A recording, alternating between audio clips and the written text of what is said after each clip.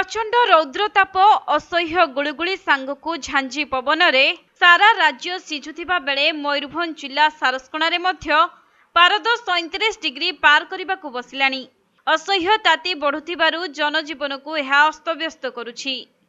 तेबे परिस्थिति एभली हेउछि जे दिन 10टा परे पदाकु बाहरिबा मुस्किल होई पडुछि।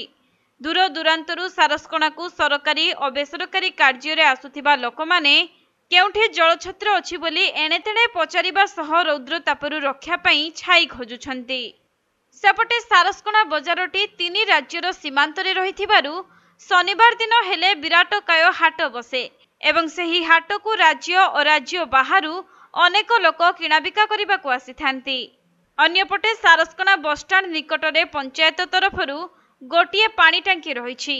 तेबे समय समय रे सेठारे पानी मध्य आसे नाही, किंतु एही निदाघ तातीरे लोक माने पानी खोजी बुलुछन्ति।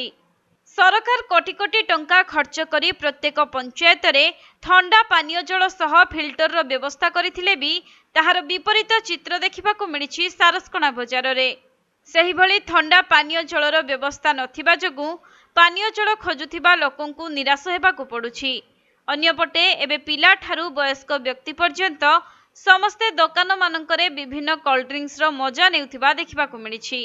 किंतु एही सबु कोल्ड ड्रिंक्स खाइबा द्वारा बेले बेले रोगरे पीड़ित होई लोकमानंकर आखि सह मुह फुली जाउथबा देखिबाकू मिले। अन्य पक्षरे बहु सरकारी कार्यालय एपरिकी केतेक बैंक रे मध्य लोकंक भिड़ लागुछि, हेले सेठारे लोकंक पई सठिक पानीय जलर व्यवस्था करा जाउ नथिबारु लोकमाने असंतोष व्यक्त करुछन्ति। सूचना योग्य जे विभिन्न वार्ड रे पानीय जल जगाइबा पई पाइप संजोग होईछि। दुआर मुहरे जल जोगान पई व्यवस्था मध्य करा जाईछि, हेले ए सबु परे भी फल शून होईछि। व्यवस्था रे काहेकि एभली व्यतिक्रम देखा देउछि एहार उत्तर खोजिले मध्य मिलु नाही। तेणु स्थानीय प्रशासनर अवहेला जगु एपरि हेउथिबा बेले एसबु प्रति दृष्टि देई तुरंत पदक्षेप ग्रहण करा जिबा निमंते साधारण रे दाबी हेउछि। देखंतु आपण माने जानि छथि वर्तमान प्रतिदिन 2 ରୁ 3 डिग्री सेंटीग्रेड बढ़ी बढ़ी चली। खरार प्रकोप अन्य वर्ष अपेक्षा वर्ष बहुत बढ़ी जाइए एवं छोट छोट गड़िया बा पोखरी गुड़ाक सुखा अवस्था को आसी वाटर लेवल बहुत कमी गलानी।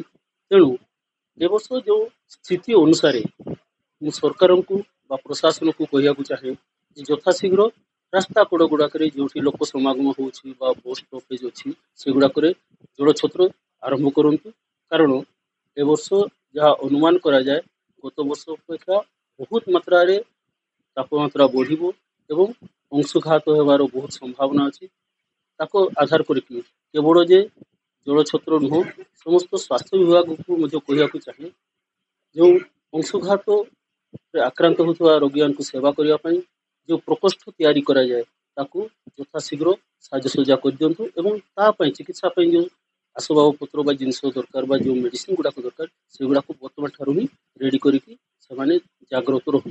जेहेतु आम सब सारस्कणावासी एवं जाचु एठिका शनिवारिया हाट बड़ हाट बुधवार छोट हाट जो मात्रा लोक समागम हुए तापाई जलछत्र सहित जो टैंक गुड़ाक तैयारी होती पंचायत जरिया से गुड़ाक रक्षणाबेक्षण यथाशीघ्र करके लोकंर आगामी दिन सेवा करने प्रस्तुत हूँ।